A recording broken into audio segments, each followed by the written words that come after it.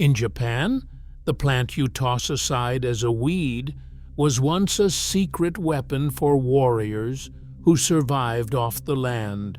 Today, we are told health comes from polished aisles and perfect produce, but the samurai's true superfoods grew beneath their boots and are still right outside your door.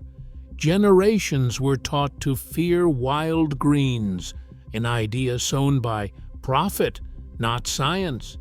So what did history's deadliest fighters know that modern food markets want you to forget? This is the hidden story behind the weeds that fueled legends.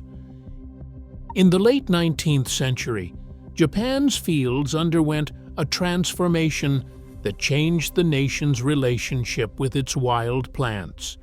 The Meiji government's land tax reforms, launched in 1871, pressed farmers to boost rice yields and convert every possible patch of earth into orderly paddies. Official memos from the Ministry of Agriculture urged landowners to clear out anything that might compete with rice, including the wild greens and roots that had fed generations. By the early 1900s, rice monoculture was the standard, and the agricultural manuals of the era pushed the message weeds were enemies of progress. Decades later, the arrival of chemical herbicides accelerated this shift. In the 1950s, Japanese farm journals filled their pages with ads for weed killers, promising cleaner fields and higher profits. Sumitomo and other chemical companies promoted products designed to wipe out anything growing between the rows: wild purslane, lamb's quarters, and dandelion. The message was clear: a perfect crop meant a weed-free landscape. While these ads did not single out edible wild plants as dangerous, they helped reframe them as obstacles, not resources. Rice production soared, with paddy acreage climbing from 2.5 to 3 million hectares by 1910. Wild plants, once a staple in rural diets, vanished from the official story of food. The new standard was uniformity, neat rows, predictable yields, and a marketplace stocked with polished, familiar produce. Foraging fell out of favor, and knowledge of wild edibles faded as families moved to cities and supermarkets replaced village gardens. The consequences reached far beyond the fields. By redefining wild plants as pests, the industrial food system made it easy to forget centuries of hard-won wisdom. The dandelion, that once grew in a samurai's path, became a target for eradication. Purslane, rich in omega-3 fatty acids, was written off as a nuisance. Even the government's own famine guides from the 1800s, which once listed over 100 edible wild plants, gathered dust as Japan raced toward modernity. This was not a campaign of fear, but of profit and efficiency.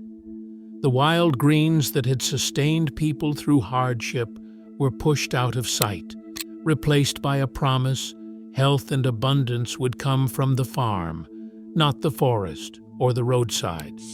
In the process, a living pharmacy was paved over, one that warriors, peasants, and healers had all relied on. The story of these so-called weeds is not just about what was lost, but about what can still be reclaimed. Across centuries of Japanese warfare, survival often depended less on swordsmanship than on what could be found beneath the feet. Campaign diaries and logistic scrolls from the Sengoku and Edo periods describe the harsh, unpredictable reality of life on the move. When supply lines broke down, warriors, samurai, and ninja alike turned to the landscape for sustenance. In the Iga region, where ninja operated for weeks behind enemy lines, dried herb balls called suikatsugan were carried in pouches. These compact rations made from wild plants, could suppress thirst and provide energy for days. Foot soldiers, or ashigaru, routinely supplemented their meager rice with roots and greens gathered from the field, especially during sieges when rations ran thin. The practice was not limited to the lower ranks.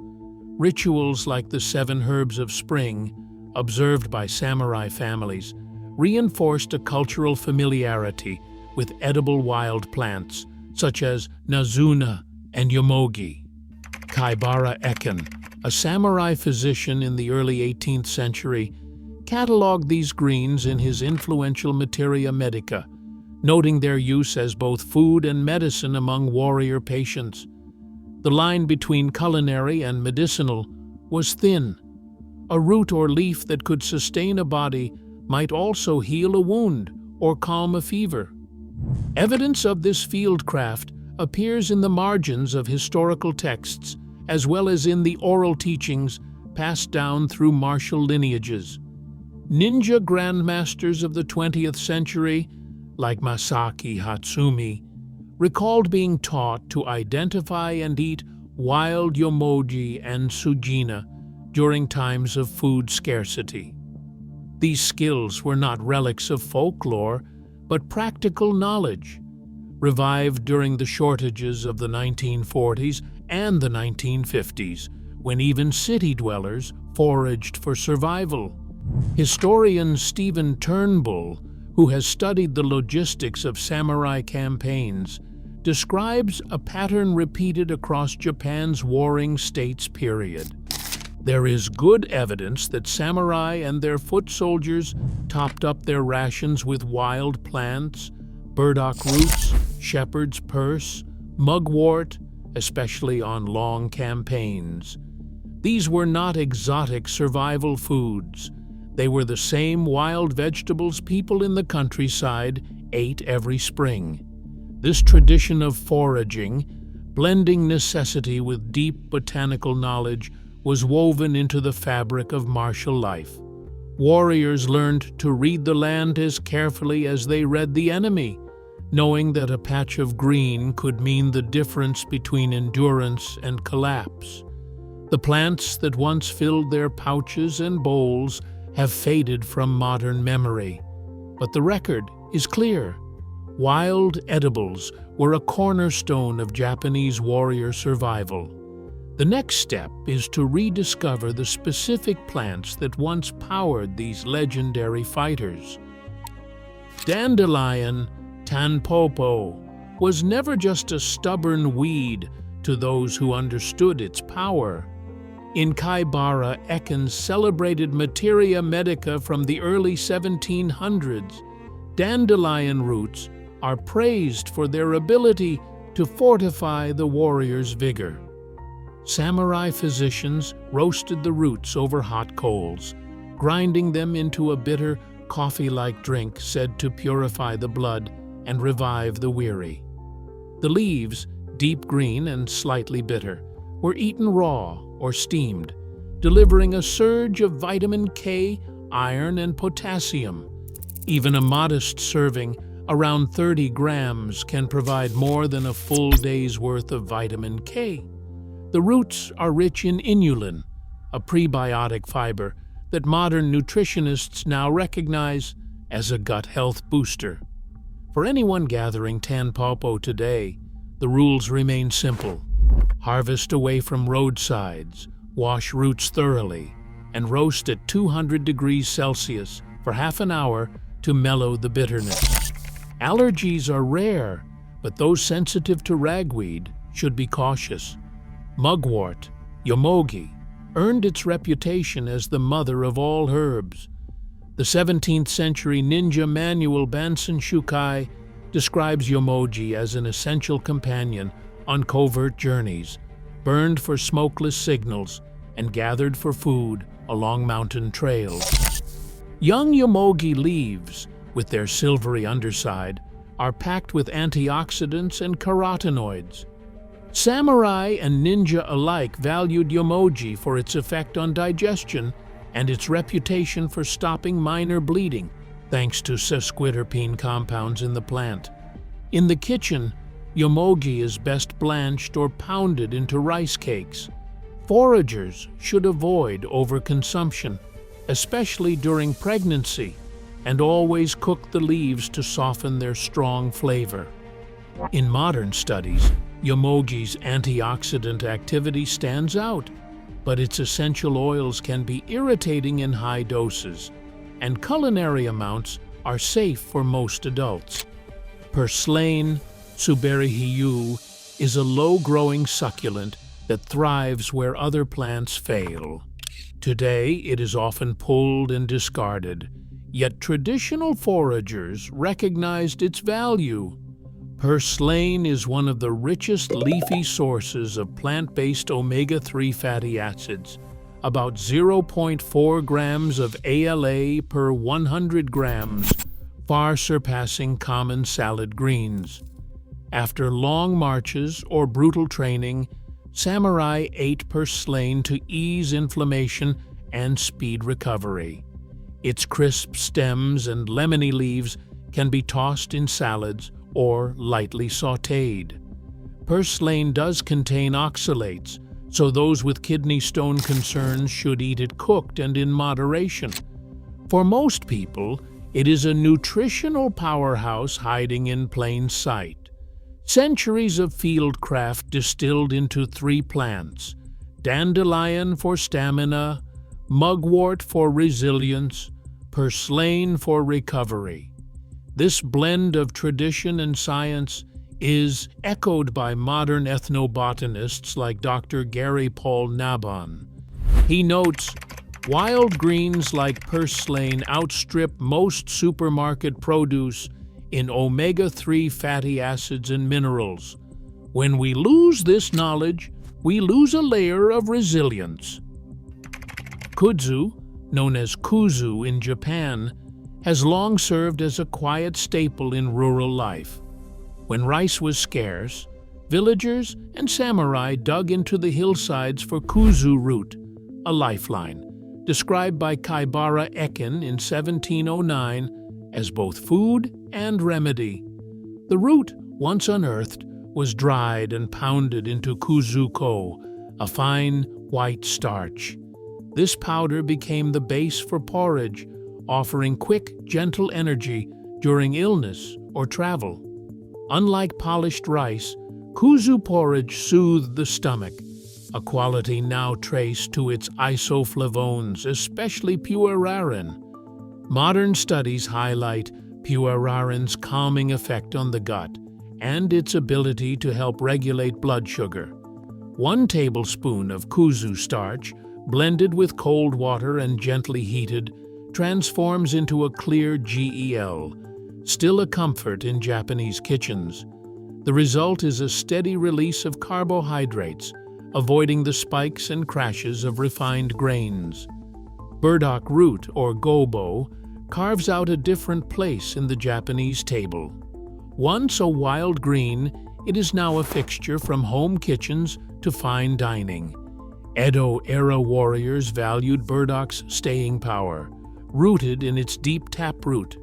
Gobo stores inulin, a prebiotic fiber that makes up about 22% of its fresh weight, far more than most vegetables.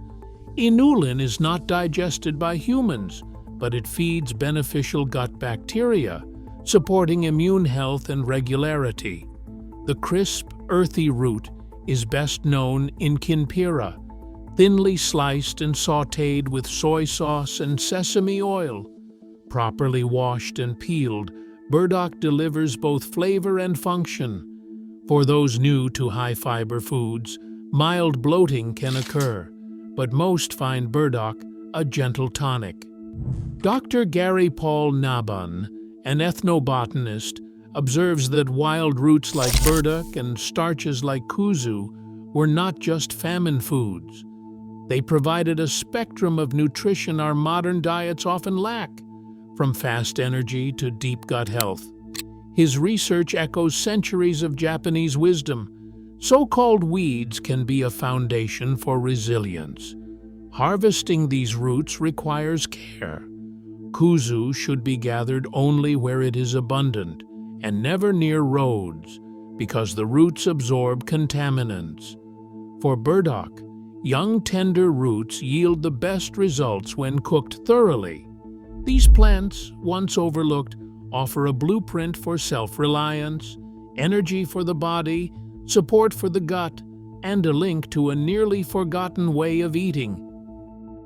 Field horsetail, known as sugina, has survived in Japan's wild places for millennia, quietly offering something most modern vegetables cannot: an unmatched supply of silica. In the days when warriors spent weeks marching, climbing, or recovering from injuries, this humble, fern-like plant was prized for its ability to support bone and connective tissue repair. Silica makes up roughly 5 to 8% of horsetail dry weight, a concentration rarely found in any cultivated crop. Old ninja lineages, including teachings passed from Takamatsu Toshitsugu to Masaki Hatsumi, included sugina tea as a staple for strength and recovery. The recommended dose remains modest, 1 to 2 cups of tea per day, steeped for about 10 minutes. More than that can risk thiamine depletion, so moderation is key. Foragers learn to recognize horsetail by its jointed, brush-like stems, which snap easily and grow in damp, sandy soil. Only the sterile green shoots are harvested. Never harvest the early spore-producing cones, which can be toxic. Shepherd's purse, known as nazuna, stands out for a different reason. Its heart-shaped seed pods hang from slender stalks, easy to spot in fields and along footpaths. In the centuries before modern medicine, nazuna was one of the first plants samurai and villagers reached for when faced with a cut or wound. Traditional texts describe crushing the fresh plant and pressing it directly onto bleeding skin. Modern research confirms what these healers observed. Nazuna contains hemostatic compounds that help blood clot quickly. It is also one of the 7 herbs of spring, featured in ritual meals meant to renew the body after winter. While the leaves and tender stems can be eaten in small amounts, usually blanched or added to soups, the plant's main power lies in emergency care. Identification is straightforward. Look for the tiny, purse-shaped pods clustered along the upper half of the stem. For anyone inspired to forage, plant safety comes first. Horsetail must be gathered away from polluted water and never consumed raw. Always consult a reliable guide or local expert before harvesting. With nazuna, avoid any lookalikes by checking the unique heart-shaped pods and the peppery scent when crushed. A simple field test. Rub a leaf between your fingers. If it smells sharp and the pod is shaped like a tiny purse, you have likely found the right plant. A cup of horsetail tea or a handful of nazuna leaves is more than just a taste of the past. It is a direct link to the practical knowledge that once kept warriors healthy and ready for anything. Amaranth, known as hiyu, quietly fueled rural Japan long before it became a darling of global health trends. When rice harvests failed or fields lay fallow, villagers and warriors on the move turned to this resilient plant. Amaranth leaves were gathered in late spring, their deep green color hinting at a nutritional profile that rivals any supermarket green. For those who knew what to look for, the seeds, tiny, golden, and almost weightless, offered a rare gift, a complete protein containing all 9 essential amino acids. In a world where rice and barley dominated, amaranth stood out for its ability to grow in poor soils, withstand drought, and deliver both calories and micronutrients. Modern analyses confirm what foragers learned by necessity. Amaranth leaves contain more protein and calcium than spinach, and the seeds, when toasted or boiled, provide steady, sustaining energy. Lamb's quarters, known as acacia, was just as common along the edges of rice paddies and footpaths. Often dismissed as a weed, it was a staple in field meals, especially for those who needed to keep their vision sharp and their immune system strong. The leaves are loaded with vitamin A, crucial for eyesight, and vitamin C, outpacing even spinach in side-by-side comparisons. If you can recognize acacia by its mealy, pale underside and triangular leaf, you'll never go hungry in spring. A handful of fresh leaves, sautéed with a splash of oil and a pinch of salt, creates a dish that is both simple and nourishing. For those interested in preservation, acacia leaves can be blanched and pickled, holding their color and nutrients for months. Safety is as straightforward as the plant itself. Always cook the leaves to reduce oxalates and gather well away from roads or sprayed fields. Wasabi, famous for its pungent root, hides another secret in its leaves and stems. In mountain valleys, Haika samurai refugees and later villagers pickled wasabi greens with salt and wild herbs, creating a food that fought off spoilage and protected against foodborne illness. The same isothiocyanates that give wasabi its sharp bite are potent antimicrobials, helping to keep meals safe when refrigeration was a distant dream. Modern studies show these compounds are present throughout the plant, not just the root. Wasabi leaves, with their crisp texture and mild heat, can be eaten raw in small amounts or added to soups and pickles. A quick rinse and a short soak in cold water is all it takes to prepare them. For anyone foraging, the rule is simple. Avoid lookalikes, and remember that true wasabi prefers cool, running streams. Taken together, these last three plants round out a survival toolkit that goes beyond famine food. Amaranth seeds provide protein and endurance. Lamb's quarters supply vision and immunity, and wasabi leaves offer microbial defense.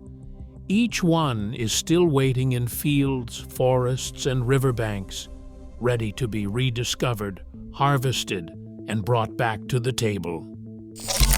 In a world where 75% of global food comes from just 12 plant species, the wild nutrition hidden at our feet is more relevant than ever. As food systems grow more fragile, rediscovering these weeds is not nostalgia.